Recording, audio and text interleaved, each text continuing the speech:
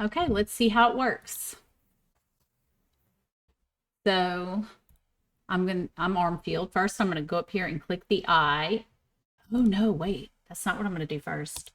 I'm gonna click on my add-on for Choice Eliminator. You can actually add this through as a Google add-on.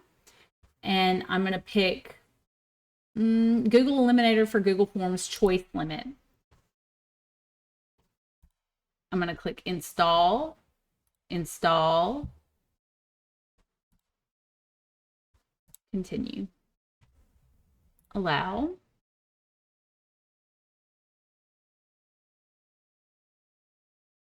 Now, this was something that we decided to put into place because we wanted, as soon as an infraction was chosen, remember, each teacher goes to the same infraction sheet, but each student has a different infraction sheet. So if a student misbehaved in my class and then went to another class and misbehaved, the teachers are going to the same infraction sheet, meaning another teacher doesn't know whether or not I put an infraction in.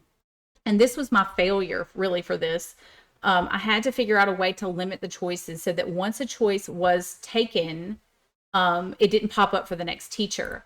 And I mean, when I tell you I had an issue, like it was definitely aggravating. Figure. You click on configure once you've installed it, and it'll say working down here in the bottom, and then this little screen will pop up. And it takes a minute because there are 87 sections. And the more behavior trackers that you have pulled up at one time that you're trying to do, the slower it will be. So I would just recommend that you do one at a time. Now, in order to improve upon this project, next year, I will have a full school tracker that will add sections for the grade, and that way we don't have to make multiple behavior trackers for each grade. There's just one for the school, and you go through and click what you need. Okay, so if you check in this bottom right-hand corner, you'll see all of your sections, and it will allow you to choose how many times you can limit that response. Well, we don't want to put a limit on the number of positive and negative behaviors because, I mean, they can do up to 12, but we don't need to touch this because this is not what's important. Bad behavior, we don't need to. But when we go down to infractions, we want all of the infractions to only be chosen once. And this is a tedious part. And there's a faster way to do it. I think it's no, I guess there's not going to be a faster way to do it. You go through and you click one. Once you've done it once, you're good. So it takes a lot of time to set this up, but once it's set up, it works beautifully. And I'm going to go through and I'm going to type one. And it is a pain, but worth it in the end. I don't know why that just disappeared, but of course it did. And I'm not going to go through and torture everybody on this, but I am going to show you how effective it is once it's done.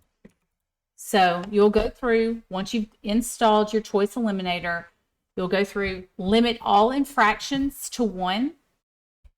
That way it automatically moves to the next infraction for the next teacher when they want to put one in. And it lets you know that, oh, this student has already messed up twice today. We either need to figure out what's going on, or, you know, we're going to have to start making phone calls home. So once you're done with the infractions, you're also going to go down to interventions. And pretty much a good rule of thumb is we don't want to be doing the same interventions more than about 3 times. So we don't have to put a limit on behavior. It doesn't matter. But we don't want the same teachers using the same interventions all the time, because we do have to hold ourselves accountable as well. So we're going to limit, not 33, we're going to limit the interventions to about 3.